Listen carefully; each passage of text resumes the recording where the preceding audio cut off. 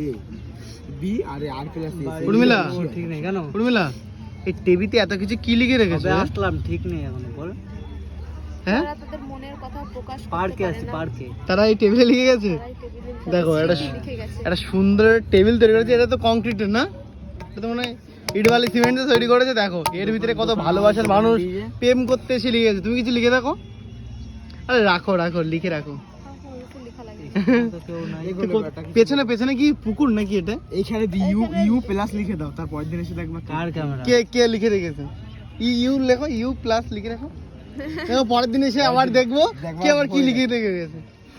যাই হোক দেখো এই টেবিল, করারই আছে। দেখো বন্ধুরা এই টেবিলে মাত্র শুধু লাভ আর লাভ, ঠিক আছে? লাভের স্মৃতি জড়িয়ে আছে। যদি উর্মিলা একটা কিছু লিখে যায় পরের দিন কিন্তু তার যুক্ত হয়ে যাবে, ঠিক আছে? এখানে কিন্তু সুন্দর সুন্দর দেখাতে পাচ্ছি।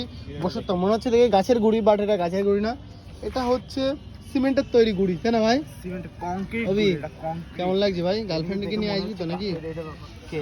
তুই? গার্লফ্রেন্ড। হুম, ওই যে আমাদের স্মার্ট দাদা আছে, বুড়ো ভাই, গার্লফ্রেন্ড ঠিক আছে? এখানে উর্মিলা আছে।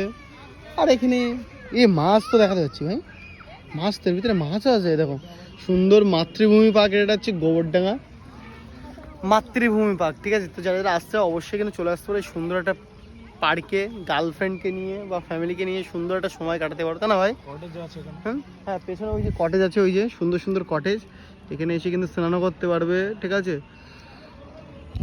জানি না এর ভিজিটটা কত, যদি জানতে পারতাম অবশ্যই তোমাদের সঙ্গে শেয়ার করতাম, ঠিক আছে? যদি ভিডিওটা ভালো লাগে লাইক করতে, চলো বাই।